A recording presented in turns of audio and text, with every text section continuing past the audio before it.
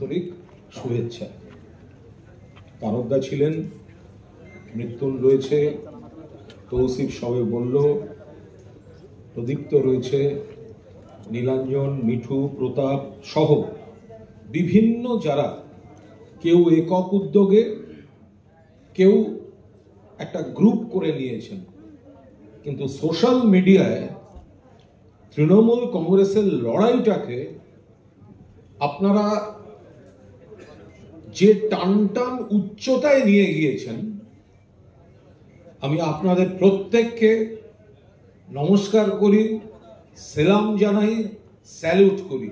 আজকের দিনে social media ছাড়া এ লড়াই সম্ভব নয়। আমরা দাঁড়িয়ে আছি 21শে জুলাইয়ের প্রাক্কালে, ফলে 21শে জুলাই দিয়েই শুরু করব। খুব সবিস্তার বলবো না, কারণ এগুলো মোটামুটি সবার জানা। কেন 21শে জুলাই? সচিত্র পরিচয়পত্রের জন্য। আজকে আপনার কাছে, আমার কাছে, আমাদের সবার কাছে যে সচিত্র পরিচয়পত্র আছে, ওটা সেই 1993 সালের 21শে জুলাইয়ে মমতা বন্দ্যোপাধ্যায়ের আন্দোলনের অবদান। আর 14 জন শহীদ, 13 জন শনাক্ত, একজনকে শনাক্ত করা যায়নি। 14 জন শহীদের রক্তের বিনিময়ে পাওয়া সচিত্র পরিচয়পত্র শুধু বাংলা না, ভারতবর্ষের বুকে ইতিহাস হয়েছিল। কেন মহাকরণ? কারণ তখন মুখ্য নির্বাচন আধিকারিক তিনি মহাকরণে বসতেন, সেই কারণে মহাকরণ অবরোধ। সিপিএম বলে মহাকরণ দখল করতে গেছিল, মিথ্যা কথা বলে। আর সেদিনকে যে জনসমুদ্র ছিল, সেদিন যদি দখল করার হতো, সিপিএম এর কোন 14 গোষ্ঠী এসে কেউ বাঁচাতে পারত না। কিন্তু সেটা উদ্দেশ্য ছিল না, সেটা করা হয়নি। সিপিএম বলে সমাজ বিরোধীরা আক্রমণ করেছিল। যারা মারা গেছেন তারা প্রত্যেকে রাজনৈতিক কর্মী, কোনো ক্রিমিনাল কেস নেই। তৎকালীন যুব কংগ্রেস কর্মী মমতা ব্যানার্জি জিন্দাবাদ বলে যারা সচিত্র পরিচয়পত্রের দাবিতে গেছিলেন, তারা সমাজ বিরোধী ছিলেন না। সিপিএম বলে পুলিশকে আক্রমণ করেছিল। সেদিন পুলিশ হসপিটাল থেকে শুরু করে শহরের কোন হাসপাতালের একজন পুলিশেরও ইনজিওর্ড হওয়ার রেকর্ড ছিল না। একতরফা ঠান্ডা মাথায় হত্যার রাজনীতি হয়েছে, গণহত্যা হয়েছে, যাতে কেউ সিপিএম এর বিরুদ্ধে আর কথা বলার ভবিষ্যতে দেখাতে পারে। তার আগে আমি স্বভাবতই, তখন তো তৃণমূল একটু পরে হয়েছে, তখন আমি ছাত্র পরিষদ করে আমাদের এক কর্মীকে সে গুলি করে মারলো। আমরা তখন, অশোক দেব আমাদের নেতা ছিলেন, একদিন লালবাজারে গিয়ে সিপির ঘরের সামনে উদম ঝামেলা, বিক্ষোভ আমরা সব করলাম।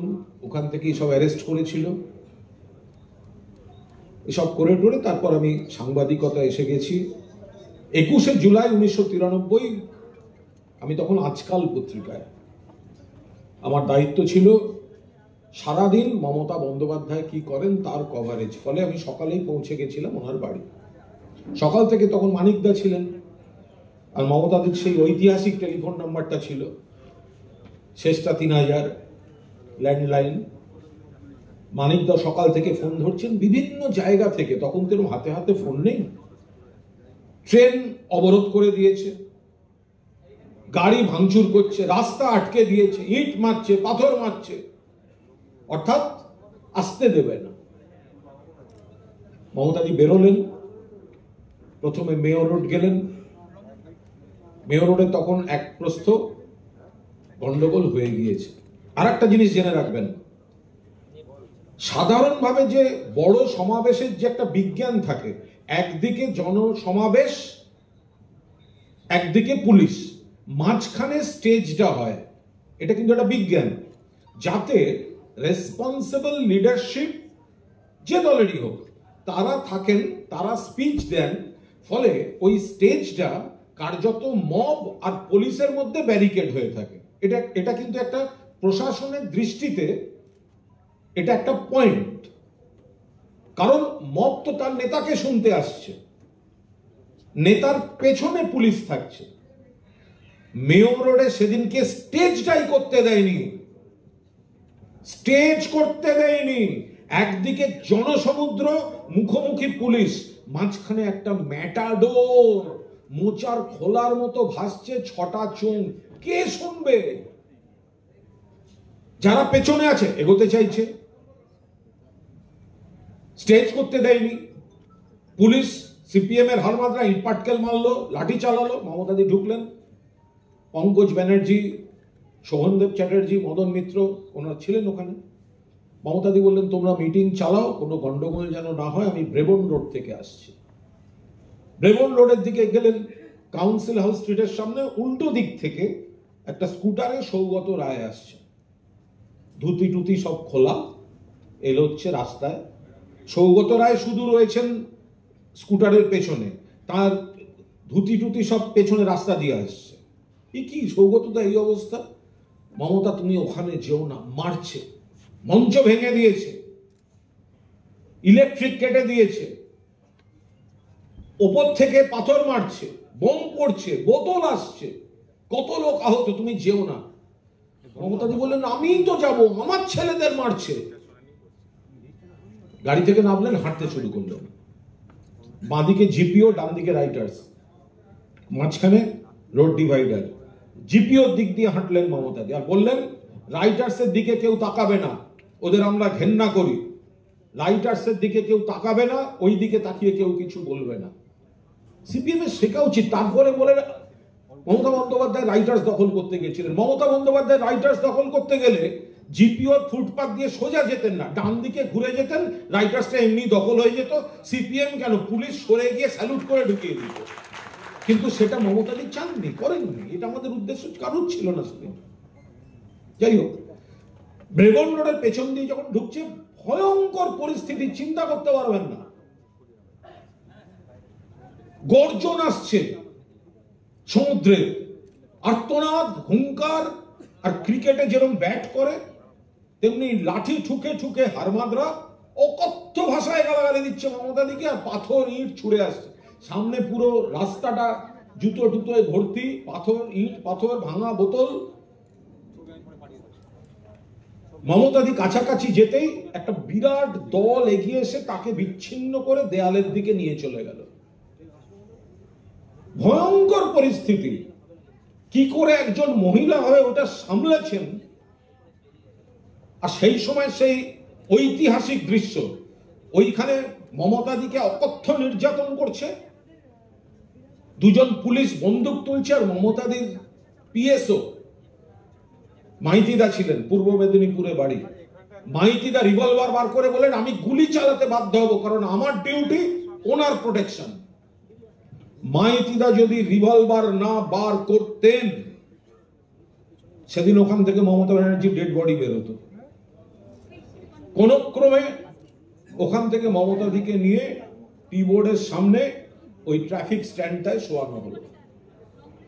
সেখান থেকে একটা পুলিশের গাড়ি মমতাদিকে, সম্ভবত ডিসিএসপির গাড়ি, সাদা অ্যাম্বাসাডার, ব্যাক করে এসে মমতাদিকে তুলে নিয়ে বেরিয়ে গেল। সঙ্গে আর কোনো পুলিশের গাড়ি নেই। অনুমান করেছিলাম যে গাড়িটা ব্যাক করছে, ফলে আমাদের গাড়িটা নিয়ে আমরা তৈরি ছিলাম, ফলো করলাম। মমতাদিকে তুলে নিয়ে বেরিয়ে যাচ্ছে পুলিশের গাড়ি, পেছনে আমার গাড়ি, মানে আজকালের গাড়ি। গঙ্গার ধারে সিনেমার মতো দৃশ্য, সামনে দেখছি গাড়িটা এইরম এরম করছে, আর মমতাদির বোধহয় একটু জ্ঞান ফিরেছে, দরজা খুলে যাচ্ছে, চলন্ত গাড়ি থেকে মমতাদি বেরোবার চেষ্টা করছেন, আবার কেউ তাকে ডেকে নিচ্ছে। সৌগতদা গাড়িতে ছিল, আর একজন ছিলেন, তিনি এখন আমাদের দলে নেই, আমি নাম বলছি না। আচমকা ক্যাচ করে দাঁড়ালো প্রিন্সেপ ঘাটের সামনে, মাঝ রাস্তায়। কোন ক্রমে মমতাদি দাঁড়াবার অবস্থায় নেই, ঘোরের মধ্যে। দিদি আমার গাড়ি তুলে নিলাম মমতাদিকে, সামনে ড্রাইভারের সামনে, পাশে আমি, পেছনে আমার এক সহকর্মী সৌগতদা, আর একজন, তাদের কোলে শুইয়ে দেওয়া হলো মমতা বন্দ্যোপাধ্যায়কে। তখনও বলছেন আমার একবার মেয়র রোডে নিয়ে যাবে। গাড়ি ঘুরিয়ে মেয়র রোডে গেলাম, তখন গোলাগুলি চলে গেছে, মৃতদেহ, রক্তারক্তি, আহত, আর্তনাদ, একটা নারকীয় পরিস্থিতি। মেরেছে সবাইকে, শরীরে মেরেছে, কোনো শূন্যে গুলি সেদিন চলেনি। টিপ করে যুব কংগ্রেসের কর্মীদের, মমতা বন্দ্যোপাধ্যায়ের অনুগামীদের মেরেছে, সিপিএম বিরোধীদের মেরেছে। মিনতি অধিকারী তখন ছিলেন মহিলা কংগ্রেসের সভানেত্রী। দেখি মাথা ফেটে গল গল করে রক্ত পড়ছে। দিদি উঠে আসুন। তুলে নিলাম।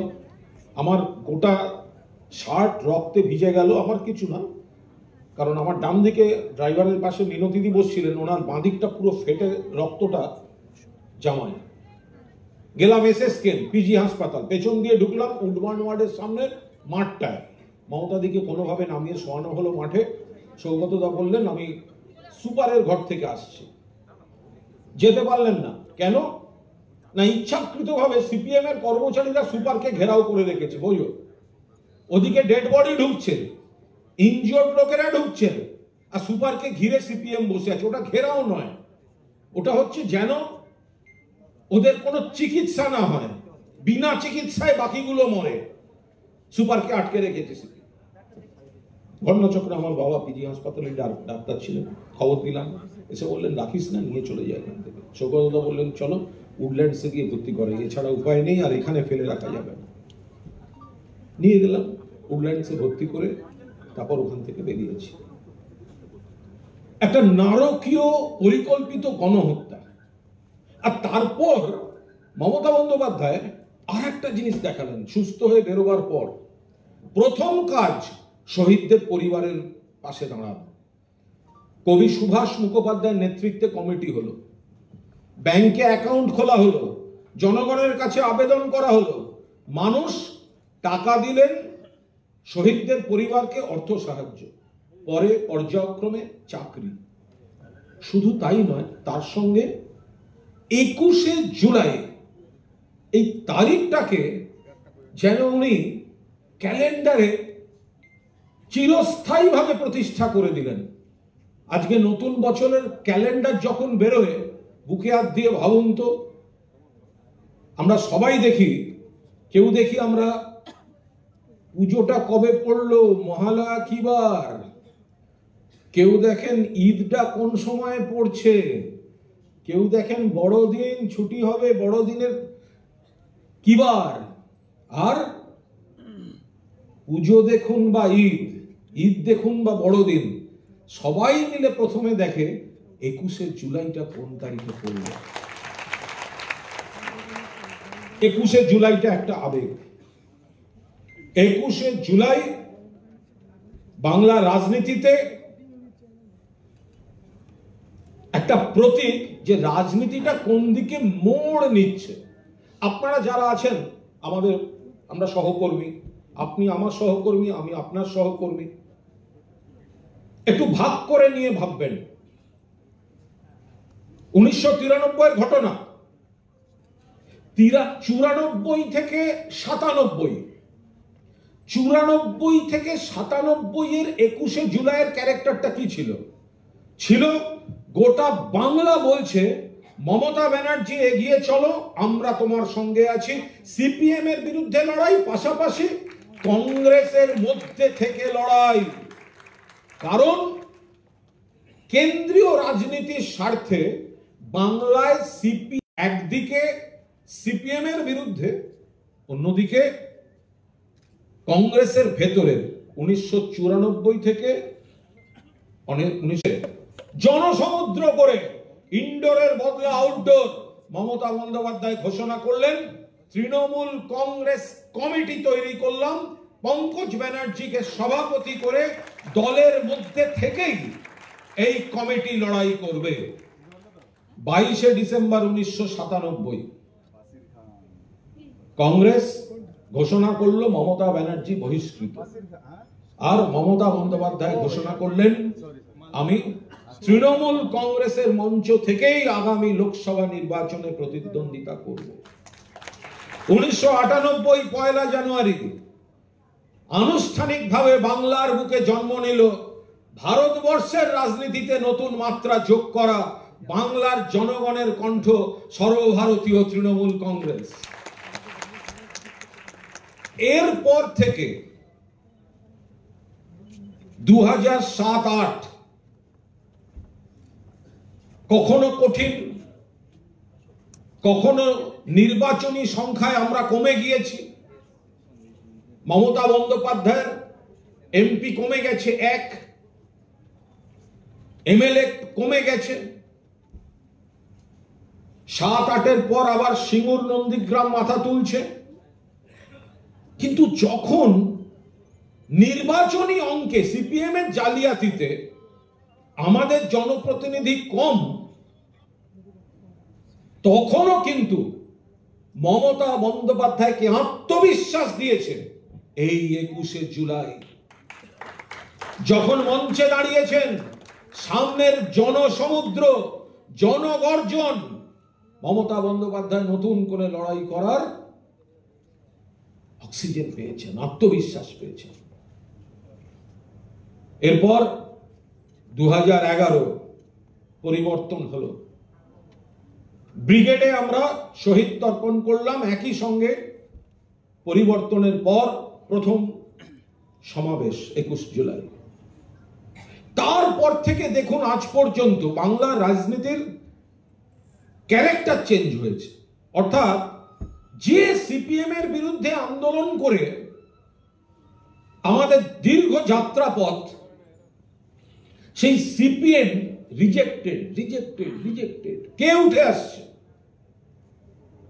বিজেপি এখন কেন্দ্রে, বিজেপি এখন রাজ্যের তথাকথিত প্রধান বিরোধী দল। সিপিএম আর কংগ্রেস শেষ। বিজেপি আসলে কিন্তু এখন সিপিএম এর প্রেতাত্মা, কারণ বিজেপির মধ্যেই প্রতিষ্ঠিত হয়ে আছে সিপিএম এর আত্মাটা। তৃণমূলের ভোট কমেনি, তৃণমূলের ভোট কমেনি, সিপিএম এর ভোট কমেছে। ওই ভোটটা পার্সেন্টেজ দেখুন বিজেপির বেড়েছে। কোথা থেকে এলো ভোটটা? সিপিএম আর কংগ্রেস নিজের নাক কেটে পরের যাত্রাভঙ্গ, ভোটটা দেয় বিজেপিকে। মুখে বলে সিপিএম এর ডাকে ব্রিগেড চলো, আর ফিস ফিস করে বলে বিজেপিকে ভোট দিতে ব্রিগেড থেকে ফেরো। এরকম একটা অদ্ভুত ক্যারেক্টার। আগে ছিল সন্ত্রাসের বিরুদ্ধে লড়াই, অপশাসনের বিরুদ্ধে লড়াই, এখন তার সঙ্গে ধর্ম যোগ করে দিয়েছে। আমি প্রচন্ড রেগেছি। কালকে পরশুদিন গিয়ে কেএফসির চিকেন খাওয়া বন্ধ করেছে। এত বড় অসভ্য, এটা কোনো কথা? লোকে মাছ মাংস খাবে না, চিকেন খাবে না। আরে যারা আমিষ খাবে খাবে, যারা নিরামিষ খাবেন খাবেন। আমরাও তো পুজোর দিন নিরামিষ খাই না, কিন্তু তা বলে কেএফসিতে গিয়ে চিকেন বন্ধ করবি তোরা?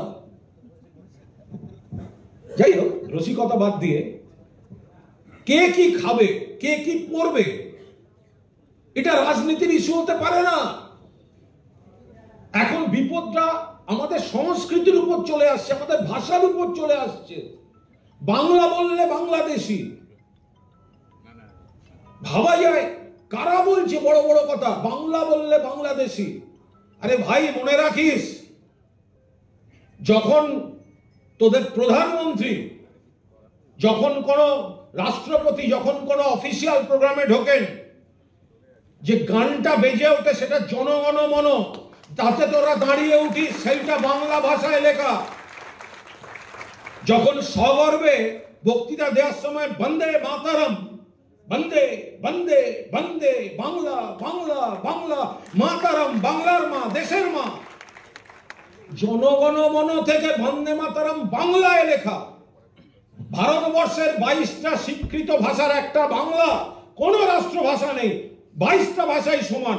তোমরা কোন অবস্থায় বাংলাকে, বাঙালিকে আঘাত করতে পারো না, তোমাদের কোনো অধিকার নেই। জয় বাংলা। এবারের লড়াইটা আসছে উন্নয়ন মমতা বন্দ্যোপাধ্যায় করছেন। সমাজের 2-4টে খারাপ ঘটনা সিপিএম এর জমানায় আরো বেশি ঘটতো, অন্য রাজ্যে বেশি ঘটে, বাংলায় কম। কিন্তু একটাই বা ঘটবে কেন? আরজিকর বলুন, কসবা বলুন, 24 ঘন্টার মধ্যে পুলিশ অ্যারেস্ট করেছে। আর ওড়িশায় কি ঘটে চলেছে? কালকে আবার পুরীতে একটি মেয়েকে অগ্নিদগ্ধা, 13 বছর বয়স। উত্তরপ্রদেশ, মধ্যপ্রদেশ সরকারি হাসপাতালে ঢুকে নার্সের গলা কেটে খুন করে দিল। গুজরাট বিলকিস, ধর্ষণ, খুন, যাবজ্জীবন কারাদণ্ড, জেলের গেট খুলে মালা পরিয়ে বার করলো। ভয়ঙ্কর একটা ক্যারেক্টার। আর তার মধ্যে এই অতৃপ্ত আত্মা সিপিএম। আমার আপনাদের কাছে একটা অনুরোধ, আমরা সর্বাত্মকভাবে বিজেপির বিরোধিতা করব, কিন্তু সিপিএম কে এক কণা জমি ছাড়বেন না। ওগুলো কিন্তু সাপের জাত।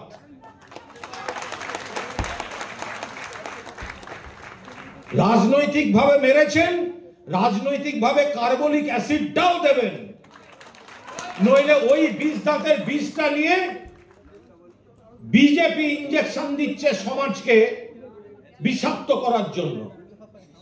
মুখে বড় বড় কথা। সিপিএম এর দেখুন, আমাদের নতুন প্রজন্ম যারা, আজকে আপনাদের অনেকেরই বয়স অনেকটা কম। আমরা ক্ষমতায় আছি 11 সাল থেকে 14 বছর হয়ে গেল। 11 সাল থেকে আমরা ক্ষমতায় আছি। ফলে নতুন যারা এসছেন, অনেক তো নতুন ছেলে মেয়ে রাজনীতিতে আসছেন। তাদেরকে কিন্তু তার আগে কোন পরিস্থিতিতে আমরা লড়াই করে এসেছি, মমতা বন্দ্যোপাধ্যায় কিভাবে বারবার আক্রান্ত হয়েছেন, বাংলায় কি ভাবে। আজকে আপনি দেখুন, পাড়ার কোন দোকানে সন্ধ্যাবেলা আচমকা গিয়ে জিজ্ঞেস করবেন, ভাই হ্যারিকেন আছে? বলবে না, হ্যারিকেন তো পাওয়া যায় না। লম্ফ হবে না? লম্ফ তো নেই। ওগুলো বাম জমানায় ছিল মূল বস্তু, দোকানের সামনে টাঙানো থাকতো। লোডশেডিং নেই, কোথাও স্থানীয় কোনো বিভ্রাট, সেটা আলাদা। নারী নির্যাতন, দুর্নীতি, চাকরি নিয়ে বলছে, নতুন প্রজন্ম নিয়ে বলছে। ইংরেজি বলা বন্ধ করে দিয়েছিল, ইংরেজি শিক্ষা বন্ধ করে দিয়েছিল। সরকারি জায়গায় ইংরেজি শিক্ষা হবে না, বেসরকারি ইংরেজি স্কুল হবে, নেতাদের ছেলেমেয়েরা সেখানে পড়তে যাবে সিপিএম এর। কম্পিউটার ঢুকতে দেব না। এই গড়িয়াহাট হংকং ব্যাংক 8-এর দশক, দুটো কম্পিউটার বসিয়েছিল, ভেঙে চুরে ধর্মঘট করে কম্পিউটার বসাতে দেব না। আমাদের একের পর এক জেনারেশন অন্য রাজ্যে চলে গেল। সব থেকে শেষে আমাদের এই এখানকার আইটি, তাও মমতা বন্দ্যোপাধ্যায় হাত দিয়ে আজকে আইটিতে বিপ্লব চলছে। তার আগে কয়েকটা জেনারেশন চলে গেছে, মনে করাতে হবে। আমি আপনাদের একটা কথা বলি, আমাদের এখানে মমতা বন্দ্যোপাধ্যায়ের নেতৃত্বে, অভিষেক বন্দ্যোপাধ্যায়ের সেনাপতিত্বে 4-5টা প্রজন্ম একসঙ্গে লড়ছে। অনেক সিনিয়ররা লড়ছেন, আবার জুনিয়র যারা তরুণ তুর্কিরা আসছে। এখানে কিন্তু আপনাদের একটা বিরাট ভূমিকা রয়েছে। আপনারা মানে আমরা সবাই সোশ্যাল মিডিয়া, একটা বক্তৃতায় নিশ্চয়ই পৌঁছানো দরকার, ডোর টু ডোর পলিটিক্স দরকার, কিন্তু এখন প্রত্যেকের কাছে ফোনে সমস্ত চলে আসছে। এবং এই তথ্য প্রযুক্তির যেমন ভালো দিক আছে, তেমনি খারাপ দিক আছে। মিথ্যা, কুৎসা, বিজেপির আইটি সেল, সেখানে আমাদের ছেলেমেয়েরা যেভাবে লড়ছে, আমি তাদের কুর্নিশ জানাই। এই লড়াইটা সাধারণভাবে দেখা যাচ্ছে না, কিন্তু সমাজে আপনাদের যে প্রভাব পড়ছে, মনে করিয়ে দিন, মমতাদির উন্নয়ন ক্যাম্পেনে আনুন, ওদের অপশাসন, বিজেপির বাংলার প্রতি বৈষম্য, অন্য রাজ্যের তুলনা আনুন। সিপিএম যা কুৎসা করবে জবাব দিন। আর আমাদের দলটাকে ঠিক রাখার জন্য কিন্তু আপনাদের ভূমিকা অপরিসীম। সিপিএম এর খারাপগুলো থেকে আমরা বাংলাকে মুক্ত করব, মুক্ত করেছি, মমতা বন্দ্যোপাধ্যায় মুক্ত করেছেন। আজ বাংলা আবার দেশকে নেতৃত্ব দিচ্ছে। কিন্তু সিপিএম এর খারাপগুলো থেকে কিন্তু আমাদের শিক্ষাও নিতে হবে। দীর্ঘদিন ক্ষমতায় থাকার পর সিপিএম এর মধ্যে কাজ করেছে মেদ, কাজ করেছে শরীরে মেদ, ক্ষমতার মেদ। দলের মধ্যে গোষ্ঠী উপগোষ্ঠী, সিপিএম আর বামফ্রন্ট ঝাঁঝরা হয়ে গেছিল। নেতাদের মধ্যে ঔদ্ধত্য চলে এসেছিল, স্থাবকদের দ্বারা পরিবৃত হয়ে গেছিল সিপিএম এর নেতারা। সাধারণ মানুষকে মানুষ বলে মনে করেনি। আমি কি পছন্দ করছি আর আমার চারপাশের লোক কি পছন্দ করছে সেইটাই সিপিএম এর নেতারা কিন্তু গুরুত্ব দিয়েছেন। এই ভুলগুলো থেকে আমাদের শিক্ষা নিতে হবে, আর এগুলো অবিরাম মনে করিয়ে দিতে হবে কিন্তু আপনাদের, যাতে আমাদের গোটা দলটা আরো বেশি দিন ক্ষমতায় থাকার জন্য আরো শক্তিশালী থাকে। সিপিএম এর ভাইরাস গুলো যেন আমাদের দলে এসে না থাকার সুফল অনেক, মানুষের কাজ করা যায়। আবার ক্ষমতা সাইড এফেক্ট আছে, যে সাইড এফেক্টে সিপিএম শূন্য হয়ে গেছে। সিপিএম এর যে কারণে বিচ্যুতি, সিপিএম এর যে রোগগুলো সিপিএম কে মানুষের কাছ থেকে সরিয়ে দিয়েছে, সেগুলো যেন আমাদের দলের মধ্যে কোনো অবস্থায় মাথা তুলতে না পারে। এটা নিয়ম, দীর্ঘদিন ক্ষমতায় থাকলে এটা সমাজে নিয়ম। নানা ধরনের সমস্যা তৈরি হয়। মমতা বন্দ্যোপাধ্যায় বারবার বলছেন সেই সমস্যাগুলো থেকে মুক্ত হতে হবে। মমতাদিকে সামনে রেখে, অভিষেককে সেনাপতি রেখে আমরা আসুন এমন ভাবে এই লড়াইটা নিয়ে যাই যেখানে আরো কয়েক বছর, দশক বলাই ভালো, এই কারা সিপিএম এর লিডারশিপ, কারা না আগুন পাখি না সাবমেরিন কিসব নাম, নিজের পাড়ার বুথে পার্টিকে জামানত জব্দ করায়, তারা শুধু এসে জ্ঞান দিতে এসছে ফেসবুকে। এই যে শ্রীমান অরূপ, মৃত্যুন বা আমরা যারা টিভিতে যাই, আচ্ছা বলুন দেখিনি, টিভিতে 2 মিনিট অরূপের জন্য আর 2 মিনিট শূন্য সিপিএম, 2 মিনিট শূন্য কংগ্রেস, 2 মিনিট বিজেপি, 2 মিনিট বুদ্ধিজীবী সেজে আসা 2-4টে তৃণমূল বিরোধী, ও আবার একটা সিপিএম আইনজীবী। ফলে আলটিমেটলি দেখবেন তৃণমূলের বক্তা 2 মিনিট লড়াই করছে আর 14 মিনিট তাকে আক্রমণ করছে বিপক্ষ মুখোশ পরে, আর সেই মুখোশটা খুলে দেওয়ার দায়িত্ব তারপর কিন্তু মোবাইলে আপনাদের মতো সৈনিকদের হাতে, আমাদের মতো সৈনিকদের হাতে। একটা 50 মিনিটের শোতে একজন বক্তা যত ভালো বলুক, একজন বক্তা এরা যত ভালো বলুক, সবটা ওদের কভার করতে দেবে না। কিন্তু আপনারা 500 জন মিলে যখন নামবেন, তখন এরা কোথায় যায় আমরা দেখব। প্রত্যেকটা মানুষের হয় বাড়িতে নয় মোবাইলে, প্রত্যেকটা মানুষের কাছে গিয়ে স্পর্শ করবে তখন আপনাদের এই বার্তা। ফলে সোশ্যাল মিডিয়া অত্যন্ত গুরুত্বপূর্ণ, এবং আমি জানি অনেক সমস্যায় আপনারা কাজ করেন। আপনারা নিঃস্বার্থে এবং নিঃশর্তে, আমি এমন অনেক ভাই বোনকে জানি ফোনটা রিচার্জ করাবে কিভাবে সেই টাকাটাও জোগাড় করতে হয়। কিন্তু যখন মমতা ব্যানার্জির বিরুদ্ধে বা তৃণমূলের বিরুদ্ধে কোনো কুৎসা করে, তখন তার রক্তটা এতটাই গরম হয়ে যায় যে যেখান থেকে হোক তার না ভেবে সর্বাত্মকভাবে সে কিন্তু এই লড়াইয়ের ময়দানে নেমে যায়।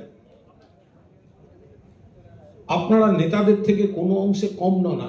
আজকে তো আমরা অনেকেই অনেককে চিনি, নামে জানি, তার কারণ এই সোশ্যাল মিডিয়া আলাপ করিয়ে দিচ্ছে। এবং আপনারা যারা সক্রিয়, তাদের সঙ্গে তো কার্যত নিয়মিত একটা আপনাদের সামনে আর একটা দিন আসছে। কাল 21শে জুলাই জনসমুদ্র হবে। এই শকুনের রাজনীতি যারা করছে, দেখবেন আবার 9ই আগস্টের আগে পরে জেগে উঠবে, অভয়া নিয়ে জাগবে। অভয়া নিয়ে জাগবে এরা, এরা বলবে ন্যায় বিচার পায়নি, মিথ্যা কথা, মানুষকে বলবেন মিথ্যা কথা। 24 ঘন্টার মধ্যে অ্যারেস্ট কলকাতা পুলিশ করেছে। আপনারা গেছিলেন সিবিআই চাইতে, এখন আপনারা বলছেন সিবিআই বিচার দেয়নি, আপনাদের দায়।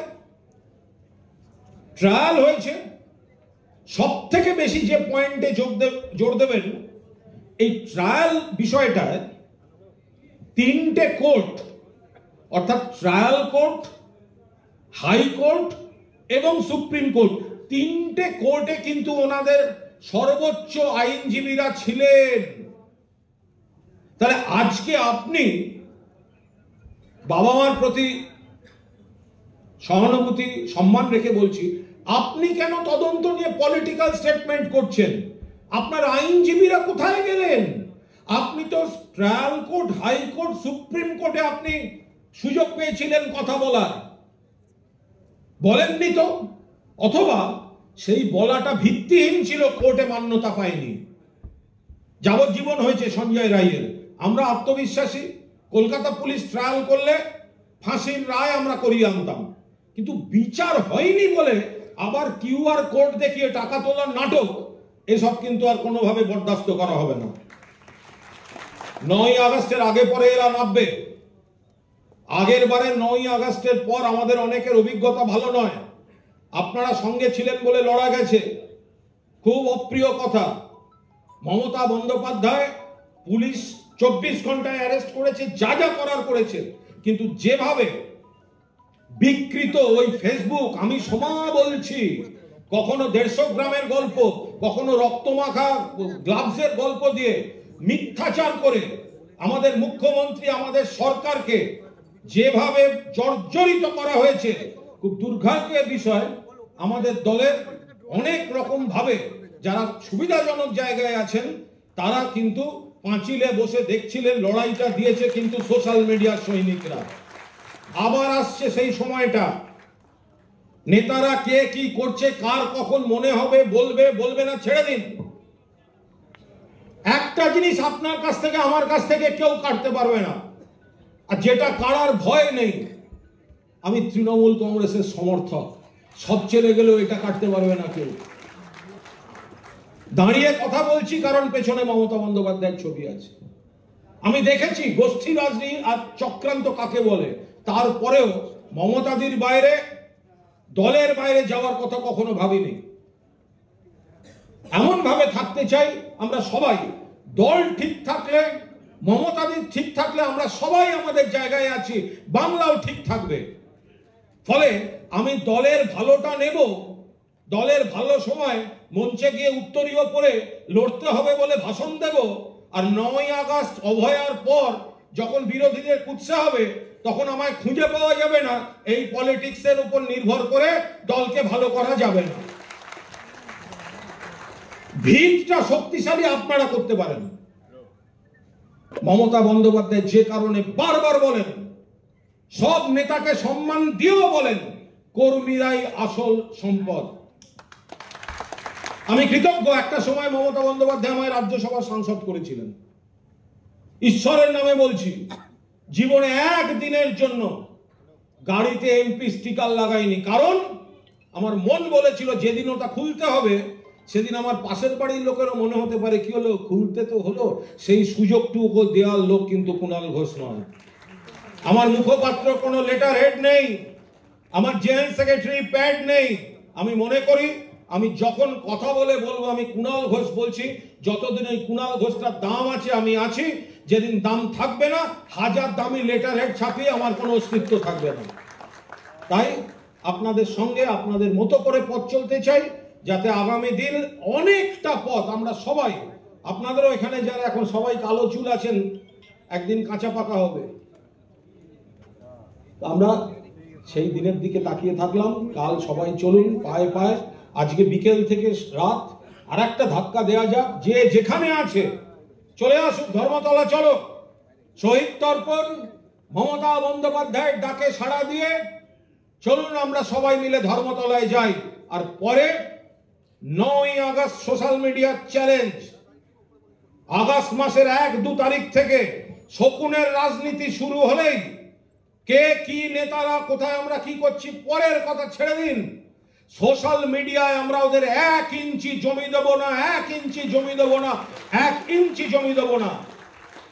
21শে জুলাই ফিজিক্যাল জমায়েত আর 9ই আগস্টে সোশ্যাল মিডিয়ার মহারণ। আমরা জিতব। আমাদের সোশ্যাল মিডিয়ার কর্মীরা শকুনিদের মুখোশ টেনে খুঁড়ে দেবেন এবং যেটা বাস্তব সেটা মানুষকে পৌঁছে দেবেন। এই আশা রেখে সকলকে আমার শুভেচ্ছা জানিয়ে আমার বক্তব্য শেষ করছি। জয় হিন্দ, বন্দে মাতরম, জয় বাংলা।